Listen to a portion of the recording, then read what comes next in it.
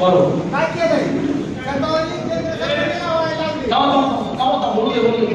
मोदीची आमची मागणी नाही की शेतकऱ्याला शतावरी लावायला लावली आणि बाकर कागद किती वेळा लावली सारे उभा राहून शेतकऱ्याला. बरोबर ठीक आहे बघा. ऐका ऐका फक्त कांद्याचं आमचं काय मात्र केलंय आज शेतीला काय भाव दिले ते कुठल्या पक्षातून आलाय?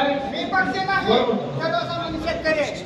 नाही नाही थांबा थांबा. अरे पुढे हात करू नका. नाही नाही शेतकरी पुढे हात आहे. करू नका.